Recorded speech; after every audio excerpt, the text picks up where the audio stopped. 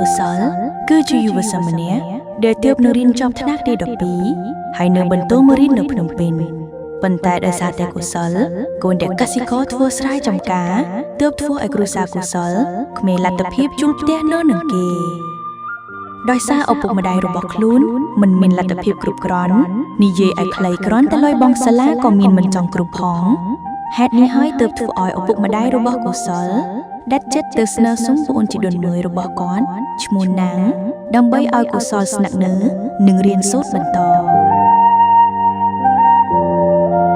និយាយពីឈ្មោះណាងគាត់មានផ្ទះល្វែងមួយនៅម្ដុំស្ទឹងមានជ័យហើយគាត់នៅតែពីរនាក់ប្រពន្ធរបស់គាត់គឺឈ្មោះស្មីអាយុ28ឆ្នាំប៉ុណ្ណោះហើយពួកគាត់មិនទាន់មានកូនចៅទេក្រោយពីបានសុំឲ្យកូនស្នាក់នៅផ្ទះរបស់ប្អូនជីដូនមួយបានហើយនៅថ្ងៃអាទិត្យម្ដាយកុសលបានជូនដំណើរកូនដល់ផ្ទះនៅភ្នំពេញនិងស្នាក់នៅទីនោះមួយយប់មុនពេលមកស្រុកវិញបងអរគុណប្អូនច្រើនហើយដែលបានផ្ដល់កន្លែងឲ្យក្មួយវាស្នាក់នៅបើវាធ្វើខុសឆ្គងអ្វីសូមប្អូនជួយណែនាំប្រដៅវាជំនួសបងផងណាមិនអីទេបងមើលទៅក្មួយកសសភាពយ៉ាងនេះវាមិនធ្វើឲ្យឃ្មុំឈឺក្បាលនិងណែនាំវាទេបងចាបងអរគុណហើយចំណែកកូនកុសលកូនឯងត្រូវស្ដាប់ដំបួនមានរបស់ពូនិងមីងឯងហើយមិនត្រូវបង្កទុក្ខទោសដល់ក្រុមគ្រួសារគាត់ទេណាខិតខំប្រឹងរៀននិងធ្វើការប្រតិបត្តិផងណាកូនបាទម៉ែខ្ញុំស្ដាប់តាមដំបូន្មានរបស់ពូនិងមីងម៉ែកុំបារម្ភកូនធ្វើអីម៉ែថែសុខភាពថងចាបងលាទាំងអស់គ្នាហើយ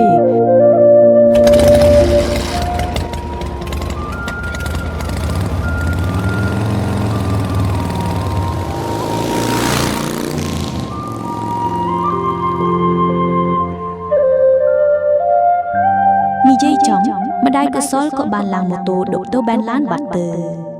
ហើយកុសលនឹងណាងក៏បានចូលផ្ទះវិញដែរនិយាយពីស្មីដែលជាប្រពន្ធរបស់នាងវិញនាងហាក់ដូចជាមានអារម្មណ៍រីករាយនឹងទទួលកុសលណាស់ដោយគិតថាគ្រាន់មានក្មេងម្នាក់ទុកជួយកិច្ចការផ្ទះសម្រាប់ប្រៅផងហើយនាងក៏ឧស្សាហ៍លួចសម្លឹងមើលរាងកាយដ៏មាំមួនមានសាច់ដុំទាំងកង់របស់ក្មួយដែរហាក់មានបំណងអ្វីមួយលើក្មួយក្រោយពីរស់នៅជាមួយនឹងពូជីដូនមួយអស់រយៈពេល6ខែមកកុសលប្រឹងប្រែងរៀនសូត្រនិងកិច្ចការផ្ទះយ៉ាងខ្លាំងដែលធ្វើឲ្យពូនិងមីងគេស្រឡាញ់ចូលចិត្តគេជាខ្លាំងតែអ្វីដែលគេទ្រុះរង់សម្ពាធមួយថ្មីនោះគឺពូណាងនឹងធ្វើដំណើរទៅបំពេញការងារនៅប្រទេសបារាំងរយៈពេល1ខែដែលតម្រូវឲ្យកុសលជួយមើលការងារក្នុងផ្ទះនិងការពារផ្ទះកាន់តែខ្ពស់ថ្ងៃដែលពូណាងបានចេញដំណើរមកដល់ហើយកុសលនិងមីងស្មីបានជូនដំណើរពូណាងដល់ព្រលានយន្តហោះ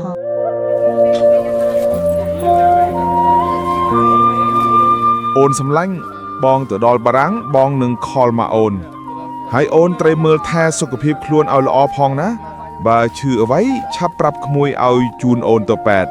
ឬទិញថ្នាំឲ្យណាកុំទុកឲ្យឈឺខ្លាំងធ្វើអ្វី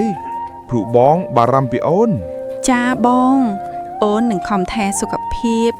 ធ្វើម៉េចបើម៉ាក់គាត់រវល់មិនបានមកកំដរនឹងគ្នាថែសុខភាពផងណាបងកុំធ្វើការយូរពេកចាប់សម្រាកណាឡោះហើយអូនបើអញ្ចឹងហើយកុសលឯងត្រូវឆាប់មកផ្ទះវិញកុំដើរលេងផ្ដេសផ្ដាស់ព្រោះមីងឯងនៅផ្ទះតែម្នាក់ឯងទេណាចឹងមានតែឯងនឹងហើយដែលជំនួសពូបានពេលពូមិននៅបាទពូកុំបារម្ភអីខ្ញុំមិនធ្វើឲ្យពូអស់សង្ឃឹមទេល្អណាស់ក្មួយបងលាសិនហើយដល់ពេលបងចេញទៅហើយបាយថែរក្សាសុខភាពលោកពូចំណែកឯស្មីនិងកុសលក៏បានវិលមកផ្ទះវិញក្រោយពេលឈរមើលនាងដើរចូលប្រលានបាត់ទៅនោះ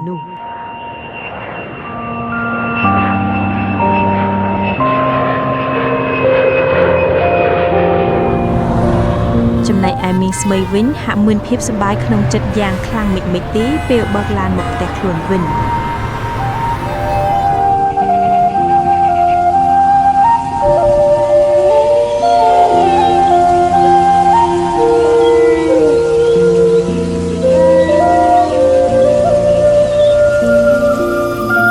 យៈពេល3ថ្ងៃក្រោយមកនៅយប់ម៉ោងប្រហែលជា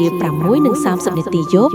ស្មីដែលជាមីងគាត់កំពុងអង្គុយកាត់សេតែម្នាក់ឯងបានដាក់ 4-5 កំប៉ុងនៅនឹងសាឡុងមើលទូរទស្សន៍ស្រាប់តែមានឃើញក្មួយកំឡោះដើរជុកមកក្រោមដើម្បីងើបទៅស្មីបានឃើញដែលមានស្នាមដាមតាមកន្សែងរំនឹងចង្កេធ្វើឲ្យស្មីហាក់គិតក្នុងចិត្តត្បិតថាក្មួយនេះវាកាត់ពូជទៅនរណាហើយបាននិយាយក្នុងចិត្តខ្លួនឯងថានៅក្មេងទេតើស្អីក៏ធំម្ល៉េះ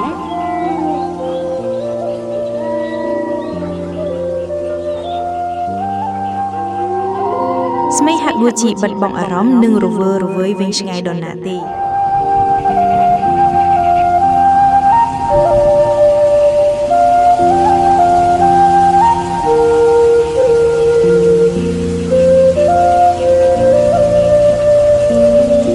នៅម៉ោងប្រហែល 8 យប់ស្រាប់ពេលដែលកសលកំអានសិភៅសំឡេងគូទ្វារបានបន្លឺឡើងក្មួយកសលកសលបើកទ្វារឲ្យមីងតិចមើលក្មួយ គៀមទៅហើយក ុសលដើរទៅបើកទ្វារតែកុសលហាក់ឈរភ្លឹកនិងភ្ញាក់ផ្អើលយ៉ាងខ្លាំងព្រោះគេឃើញមានស្មីដែលធ្វើឲ្យកុសលមើលឲ្យបែកញើសជោគថ្ងាហើយកុសលក៏បានចាប់ផ្ដើមកិច្ចសន្ទនាតើមីងមានការអីគេមីង មេងដូចជាមិនសូវស្រួលខ្លួនទេដូចជាចង់ខ្ជល់មិនទេមេងចង់ឲ្យក្មួយជួយច្បាច់គក់ខ្នងនិងចង្កេះឲ្យមីងបន្តិចព្រោះមេងឈឺក្បាលខាងណាក្មួយតែយប់ហើយមីងដូចជាមិនសូវសមទេហើយមីង គិតថាសមមិនសមអីបើមេងឈឺហើយអញចង់ឲ្យមេងឈឺធ្ងន់បានអញសុខចិត្តព្រមមែនក៏សោលបាទមីងអញ្ចឹងក៏បានដែរខ្ញុំនឹងទៅជាមួយមីងល្អក្មួយចេញតោះទៅបន្ទប់មេងឲ្យលឿនមិនចាំបាច់ពាក់អាវអីទេមេងឈឺក្បាលណាបញ្ញាធឿសរសៃឲ្យមេងឈឺក្បាលខាងណាក្មួយនិយាយរួចហើយស្មីក៏ដើរសំដៅទៅបន្ទប់របស់ខ្លួនចំណែកឯកុសលដើរតាមពីក្រោយមើលរៀងដកអែម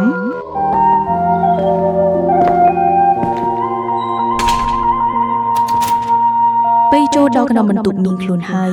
ស្មីក៏បានចាក់សោបន្ទប់និងទម្រែកខ្លួនទៅលើពូកេងដល់ទន់ល្មើយ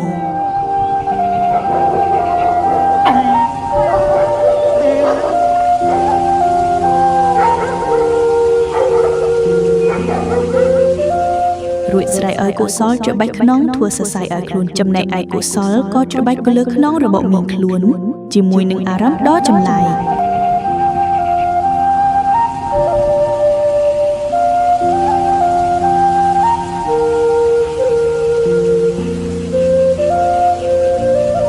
ច្របាច់ខ្នងនឹងចំកែដតភ្លើងមីងចុះឡើងចុះលើបានមួយសន្ទុះកុសលក៏បានបន្លឺសំឡេងសួរទៅមីងថាមិនហើយមីងបានធូរស្រាលខុសទេមីងរៀងធូរស្រាលបន្តិចហើយតែមីងចង់ឲ្យក្មួយចង់អីគេវិញទៅមីងអត់មានអីទេ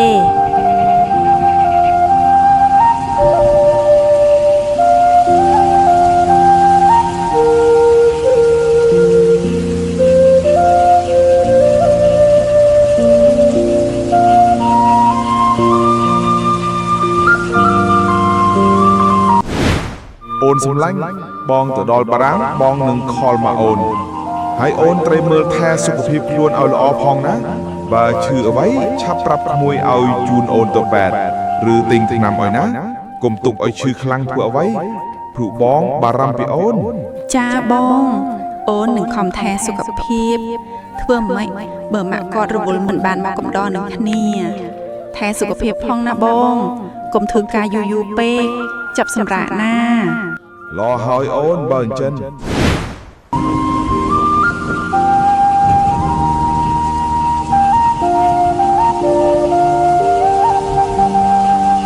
ចឹងឯងមានអារម្មណ៍យ៉ាងម៉េចដែរប្រាប់មីងមកមើលដូចជាប្លែកយ៉ាងម៉េចទេហើយមានអារម្មណ៍ថាហើយមានអារម្មណ៍ចង់នឹងមែន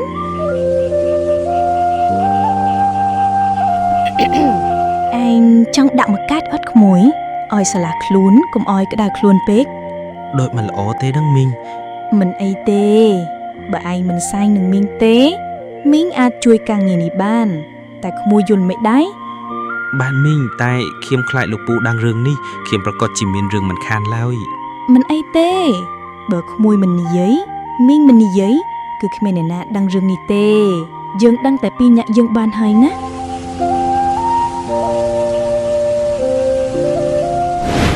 ហើយកុសលឯងត្រូវឆាប់មកផ្ទះវិញកុំដើរលេងផ្ដេសផ្ដាស់ព្រោះមីងឯងនៅផ្ទះតែម្នាក់ឯងទេណាចឹងមានតែឯងនឹងហើយដែលជំនួសពូបានពេលពូមិននៅ បាទពូកុំបារម្ភអីខ្ញុំមិនធ្វើឲ្យពូអស់សង្ឃឹមទេ ល្អណាស់ក្មួយ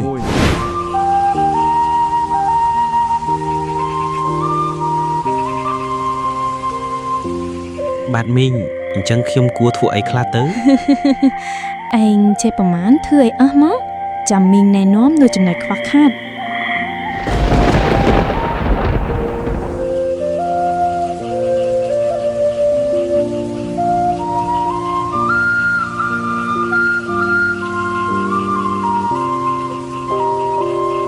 មួយញ៉ាំផ្លែពេកទាំងពីរដែលពូណាងទុកដើម្បីស្រស់ស្រូបយកកម្លាំងនោះកុសលញ៉ាំផ្លែពេកនេះឡើងរកើដើមរញ្ជួយដល់គល់ក្មួយប្រុសបានចុះពីដើមផ្លែពេកបង្ហោះបបួលមកខាងក្រោមដល់ផ្សិតប៉ក់វិញកុសលបានងើបមកសម្លឹងមើលជុំវិញឃើញថាគេបានដើរដល់ផ្លូវចូលផ្ទះរបស់មីង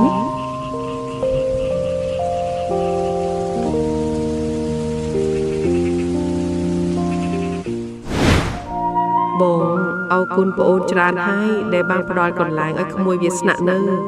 បើវាធ្វើខុសឆ្គងអ្វីសូមប្អូនជួយណែនាំប្រដៅវាជំនួសបងផងណា មិនអីទេបងមើលទៅក្មួយកុសលសភាពយ៉ាងនេះវាមិនធ្វើឲ្យឃ្លាំឈឺក្បាលនឹងណែនាំវាទេបង ចាបងអរគុណហើយចំណែកកូនកុសលកូនឯងត្រូវស្ដាប់ដំបួនមានរបស់ពូនិងមីងឯងហើយមិនត្រូវបង្កទុក្ខទោសដល់ក្រុមគ្រួសារគាត់ទេណាខិតខំប្រឹងរៀននិងធ្វើការប្រតិផងណាកូន បាទម៉ែខ្ញុំស្ដាប់តាមដំបូន្មានរបស់ពូនិងមីងម៉ែកុំបារម្ភកូនធ្វើអីម៉ែថែសុខភាពថង ចាបងលាទាំងអស់គ្នាហើយ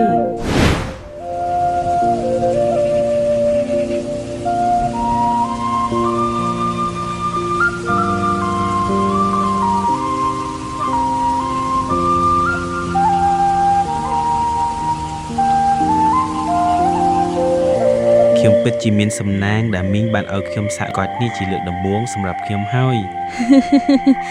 ឯនេះក៏មិនណយដែរ នេះជាការអនុវត្តផ្ទាល់ពិតជាមិនដូចទ្រឹស្ដីមែនមីងគឺខុសគ្នាឆ្ងាយណាស់ ឯនេះ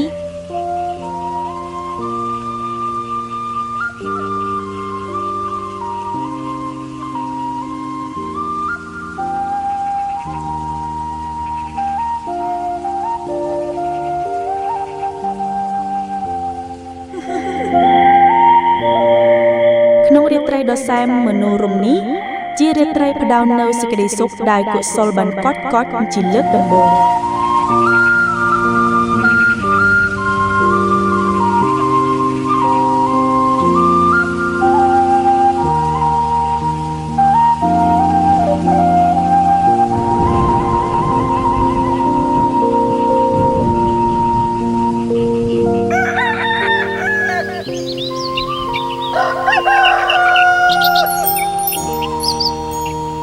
ក្រោយពីកេងអោបគ្នាបានពេញមួយរាត្រីនោះ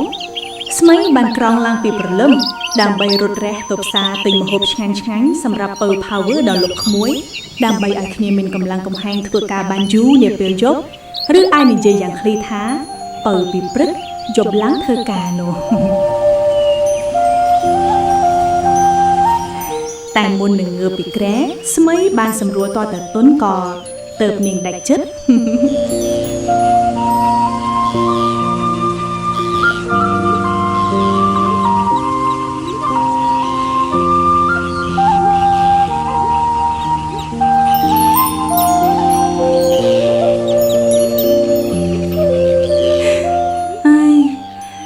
អ្នកគិតថាហេតុអ្វីបានជាស្មីមើលទៅដូចជាស្រីឃ្លានសម្បោងមិនណោះ vàនិយាយអស់ទៅរឿងនេះមិនមែនស្មីជាអ្នកខុសទាំងស្រុងនោះទេតាមពិតទៅយើងអាចហៅស្មីថាជាជនរងគ្រោះម្នាក់ក្នុងសួនផ្កាដែលខ្វះទឹកក៏ថាបានដែរនេះគឺដោយសារតែគ្រាដើមឡើយនាងដែលជាប្តីរបស់នាងក៏មិនណយដែរតែក្រោយរៀបការមកស្មីបានចិញ្ចឹមនិងមើលថែនាងបានល្អនិងពៃរបស់ល្អស៊ីចុងបុកទំទាគ្រប់គ្រាន់ហើយនាងក៏ស៊ីបាយក្រៅម្ដងម្កាយដែរតែស្មីមិនសូវជារវីរវល់នឹងរឿងអីនឹងឡើយព្រោះវាជារឿងធម្មតាសម្រាប់មនុស្សប្រុសដែលចេញទៅធ្វើការឆ្ងាយពីផ្ទះអញ្ចឹងហើយនាងនេះក៏ឧស្សាហ៍មានកម្មវិធីស្ទើរតែគ្មានថ្ងៃលាស់ជាហេតុធ្វើនាងឡើងគីឡូធំធាត់ជាងមុនបាក់សម្រស់បាត់បង់រៀងសង្ហាអស់បើសិនជាគេមិនឈប់ផឹកគ្រឿងស្រវឹងហើយងាកទៅរកហាត់ប្រាណសម្រក់គីឡូគិតគូរពីសុខភាពខ្លះទេនោះទំនងជានាងអាចវាយបានយូរជាងមុនមិនខានទេ ទាំងអស់នេះគឺរឿងពិតមិនប្រឌិតឡើងមកទេណាការហាត់ប្រាណគឺពិតជាសំខាន់វាអាចជួយជំរុញកម្លាំងយើងឲ្យខ្លាំងជាងមុនពិតមែនកុំប្រែថ្នាំជំនួយអីវាមិនធម្មជាតិទេបានតែដំបងទេតែក្រោយមកគឺធ្វើឲ្យសុខភាពយើងកាន់តែទ្រុឌទ្រោមវាធ្វើឲ្យយើងមិនចាប់អារម្មណ៍ពីជំងឺទាំងនោះបើយើងមិនតាមដានសុខភាពដោយខ្លួនឯងទេណោះ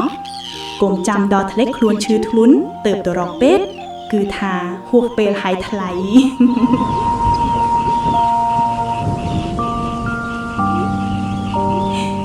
ងាកមកកាន់នាងកាលពីមុននោះវិញនាងគ្រាន់តែឡើងឡានដាក់លេខជួនហ្គាបើកទៅមុខបានតែ1ទៅ2នាទីមកក៏អស់សាំងបាត់ទៅហើយ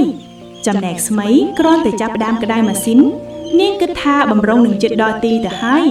ធ្វើឲ្យនាងអស់សង្ឃឹមបាត់មួយរំពេច តែស្មីខំញញឹមទាំងក្តីស្រឡាញ់ទៅកាន់មុខប្តីនាងងើបចេញពីនាងដើម្បីទៅងូតទឹកសម្អាតកាយយាងយាត្រាដើម្បីវិលកង់ចេញទៅធ្វើការបាត់ទៅធ្វើឲ្យស្មីនៅហេលហាលងេមងាមដែលលូកចាប់ក្តាមមិនដឹងឆ្វេងមិនដឹងស្ដាំតែម្នាក់ឯងកំសត់ណាកំសត់មែនទែនបងអើយបង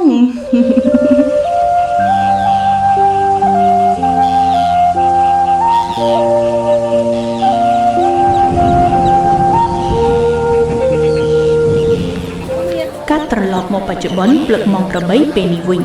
ក្រោយពីទិញបានសាច់គោប៉ុន្មានគីឡូស្រស់ៗនៅផ្សារច្បារអំពើយើងនេះ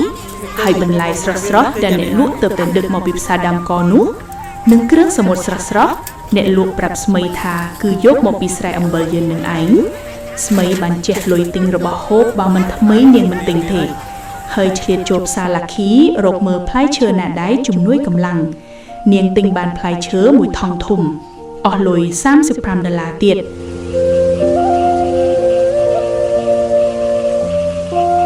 ផ្លេចរបស់មួយទៀតគឺប្រេងរំអិលម៉ាកអីគេទេហើយក៏មិនដឹងជីវាមានតម្លៃប៉ុន្មានដែរព្រោះអាទឹកហ្នឹងគេប្រើវាដូចប្រេងឆាអីចឹងគេប្រើវាកុំឲ្យវាកក់គិតបាត់ខ្ទះអីចឹងទៅនិយាយមិនត្រូវទេព្រោះមិនដែរទិញហើយក៏មិនដែរហ៊ានសួរនាំអ្នកលក់ដែរតែនៅក្នុងផ្សារស្អីគេហ្នឹងគ្រាន់តែឲ្យលៀងមួយប្រអប់$10ទៅហើយថ្លៃណាស់បើវាថ្លៃស្អីអញ្ចឹងទំនងជាប្រើហើយលាងទឹកទុកប្រើទឿតទេនឹងណោះ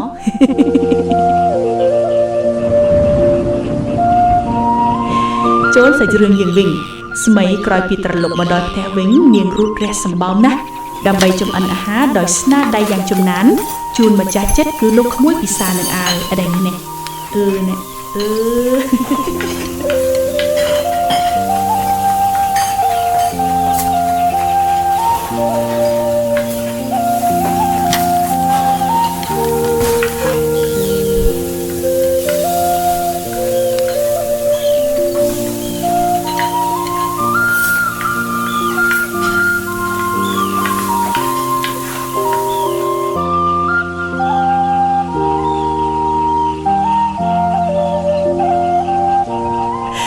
គ្រាន់តែចំអិនរួចនាងក៏ទៅអង្គុយមើលទូរទស្សន៍រងចាំលោកក្មួយត្រឡប់មកវិញ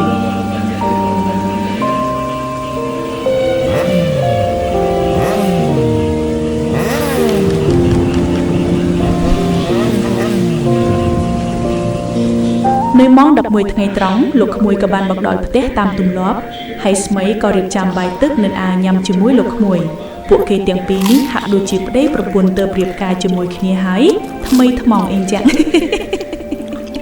ញាក់ទាំងពីរឲ្យភ្នែកគ្នាដល់ហើយណោះមើលចុះ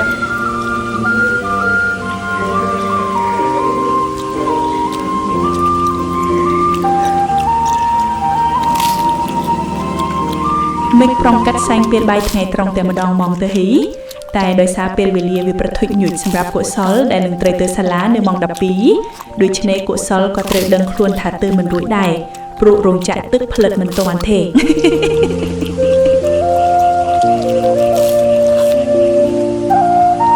ក្រោយពីស្រស់ស្រូបបាយថ្ងៃត្រង់រួចមីងស្មៃក៏បានកិនទឹកផ្លែឈើស្រស់ឲ្យលោកក្មួយពិសាមួយកែវទៀតសម្រាប់លាងមាត់ក្រោយបាយ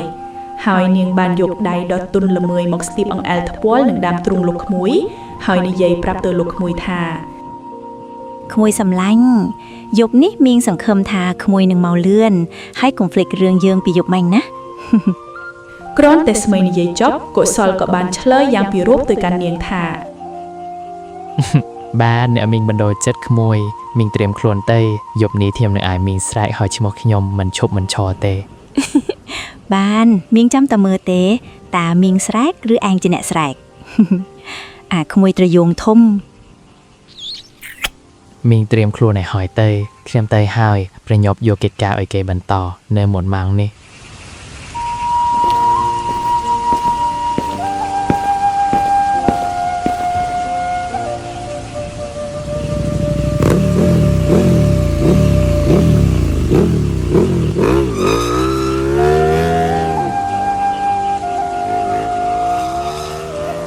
លោកក្មួយមុននឹងចេញទៅបានបន្សល់ទុកនៅស្មាមថើបមួយលើបបេមាត់របស់ស្មីដោយក្តីស្រឡាញ់ហើយបានចាក់ចេញពីផ្ទះនិងជិះម៉ូតូចេញទៅបាត់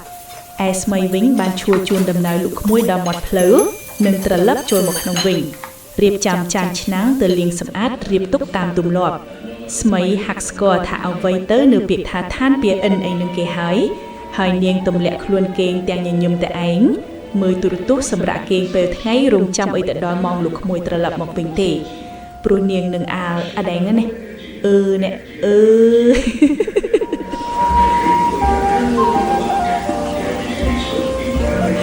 ស្មីដោយសារតែហត់នឿយបូកផ្សំនឹងការអត់ងូពីយប់ទៀតនោះនាងបានគេងលងលក់រហូតដល់ម៉ោង3 រសៀល